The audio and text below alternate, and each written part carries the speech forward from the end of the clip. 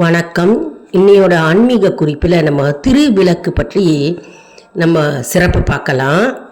அதாவது திருவிளக்கு மும்மூர்த்தி வடிவம்ங்க. திருவிளக்கு அப்படின்னாலே மும்மூர்த்திகளுடைய வடிவம்னாலே நம்ம சொல்லலாங்க. அதே மாதிரி ஆசனமாகிய அடிபாகம் இருக்கு இல்லையா, அது பிரம்ம அம்சமாக திகழ்கிறதுங்க. நடு தண்டு பகுதி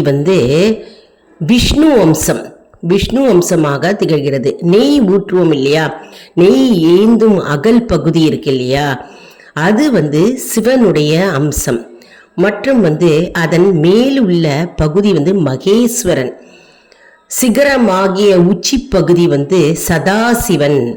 மற்றும் நெய் நாதத்தை குறிக்கிறது.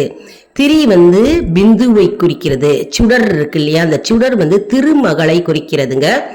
பிழம்பு கலைமகள் குறிக்கிறது. தீ இருக்கு இல்லையா, அந்த தீ ஏற்றுவோம் இல்லையா, விளக்கு ஏற்றும் போது தீ இருக்கும் இல்லையா, அது சக்தியை குறிக்கிறது.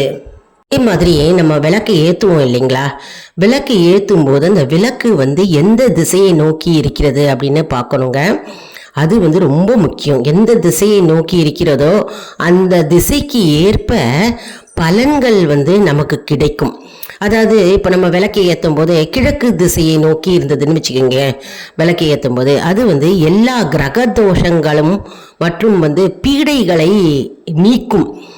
அதனால கிழக்கு நோக்கி விளக்கை ஏற்றினால் நம்ம வீட்டில் இருக்கிற தோஷங்களும் நீங்கும், பீடைகளும் நீங்கும்.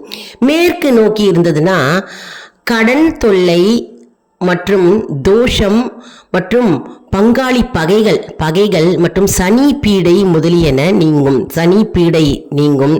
பங்காளிகளுடைய பகை இருந்தாலும் பகை விலகும். மற்றும் வடக்கு நோக்கி இருந்ததுன்னா திரண்ட செல்வம் சேரும். திருமண தடை தீங்கும்.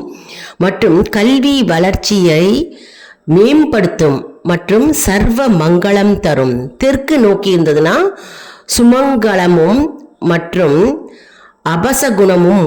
தெற்கு திசை நோக்கி தீபம் ஏற்றவே கூடாதுங்க. அதனால தெற்கு திசையை நோக்கி தீபம் ஏற்றாதீங்க, ரொம்ப கவனமா இருங்க. கிழக்கு தோசையை நோக்கி இருக்கலாம். மேற்கு தோசையில இருந்ததுன்னா கடன் தொல்லை நீங்கும். வடக்கு திசையில இருந்ததுன்னா என்ன ஆகும்னா செல்வம் சேரும்.